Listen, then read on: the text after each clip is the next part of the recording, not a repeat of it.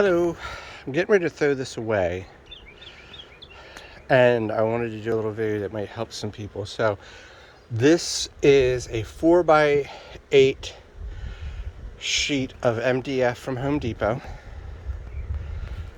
I was fooling around and I put some shellac on it so it's a little slippery. So that was a dumb idea, but first of all, this was a bad idea.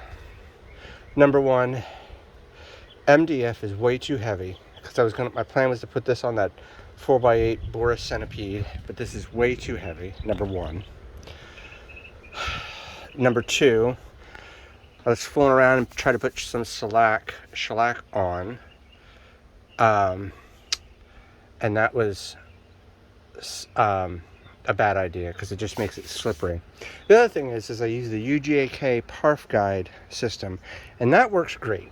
But what I did was I did a whole sheet here, like it was one group, and then I went up and did another group here, and then went up there and then all the way back down. And when I got to the end, I was about 1 millimeter off. It didn't fit.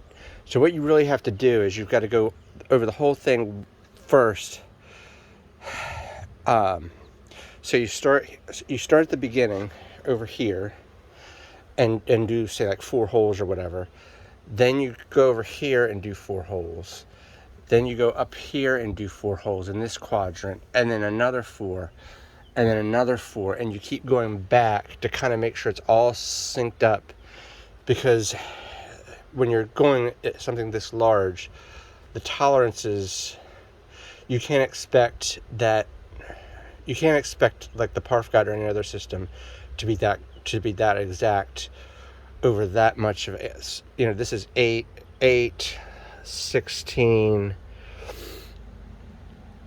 and then 4 says 20. So after 20 feet of going around, being off 1 millimeter is actually quite good. So the Parf guide system is excellent.